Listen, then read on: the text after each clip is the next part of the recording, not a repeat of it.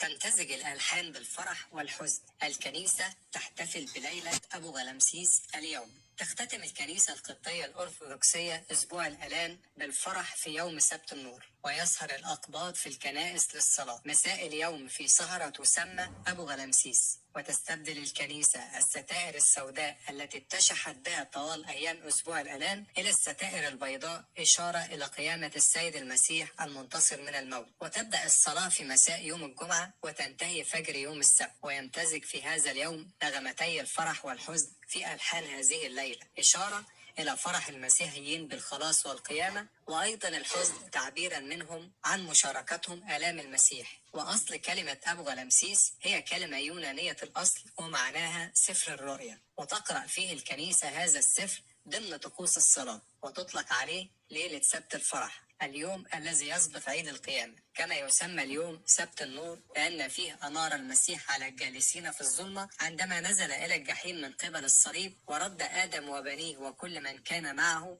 إلى رتبته الأولى حسب العقيدة المسيحية. وليلة أبو غلمسيس بتطلق اصطلاحا على ليلة سبت الفرح أي سبت النور، اللي بيقرأ فيها سفر الرؤيا كاملة، وبيتضمن 22 إصحاح. وسفر الرؤيا هو آخر أسفار الإنجيل، وهو السفر الذي تنظر له الكنائس في كل أنحاء العالم على أنه سفر النبوات، فهو السفر الذي أعطاه الله لأصغر تلاميذه القديس يوحنا بينما كان محكوما عليه بالنفي في جزيرة بطمس، ليروي خريطة رمزية لكافة ما سيشهده العالم في المستقبل، بالإضافة إلى خريطة رمزية أخرى للمستقبل الذي سيشهده الأبرار وكذلك الأشرار في الحياة الأخرى. وتتضمن الليلة كمية كبيرة من القراءات الرائعة من العهدين القديم والجديد، كما تتضمن مجموعة كبيرة رائعة من الألحان القبطية، وعلى رأسها لحن اسمه إبتشويس ولحن تينين وألحان أخرى كثيرة.